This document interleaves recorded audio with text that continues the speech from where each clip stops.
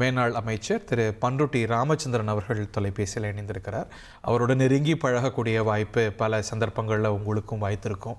உங்களுடைய எண்ணங்களை, உணர்வுகளை பதிவு செய்யுங்க.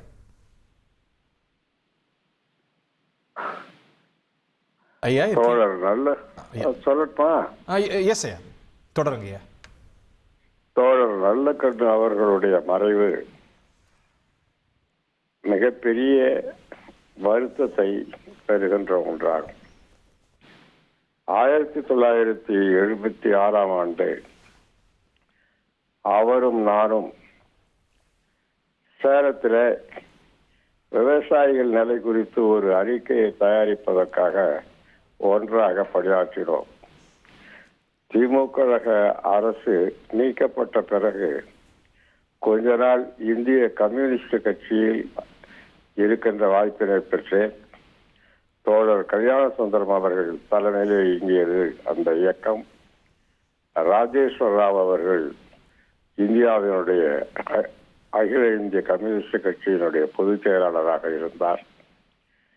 பழகுவதற்கு இனிமையானவர், நல்ல அறிஞர், எல்லோரோடும் சுமூகமாக பழகி எல்லோருடைய அன்பையும் பெற்றவர். குறிப்பாக சொல்ல வேண்டுமானால் பொது வாழ்க்கைக்கு அவர் ஒரு இலக்கணம். நெடுநாள் வாழ்ந்து தான் கொண்ட கொள்கையில் உறுதியாக இருந்து ஏற்றத்தாழ்வற்ற சமுதாயத்தை உருவாக்குவதே உலகு உய்யும் வழி என்ற உயர்ந்த நோக்கோடு பாடுபட்டு எல்லோருடைய நல்லன்பையும் ஆதரவையும் பெற்ற ஒரு மாபெரும் தியாக செம்மல் அவர்கள் மறைந்திருப்பது தமிழ்நாட்டிற்கே ஒரு பேரிழப்பாகும். அவரை இழந்து துயரோடும் அவரது குடும்பத்தாருக்கும் அவரை இழந்தவராலே இழப்புக்கு ஆளாகிய முற்போக்கு கருத்துக்கள் கொண்ட சமுதாயத்தினருக்கும் எனது ஆழ்ந்த இரங்கலை தெரிவித்துக் கொள்கின்றேன்.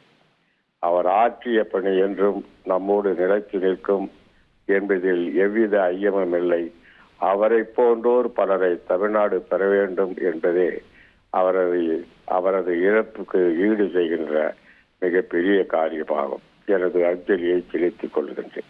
நன்றி ஐயா. முன்னாள் அமைச்சர் எம்ஜிஆர் அதிமுகவுடைய தலைவர் திரு பண்ருட்டி ராமச்சந்திரன் அவருடைய எண்ணங்களை பதிவு செய்தோம். இனி செல்லும் இடமெல்லாம் செய்தி. தந்தை டிவியின் வாட்ஸ்அப் சேனலை ஃபாலோ பண்ணினா செல்ல இருக்கும் இடமெல்லாம் செய்தி. இதோ QR கோட் இப்பவே ஸ்கேன் பண்ணுங்க.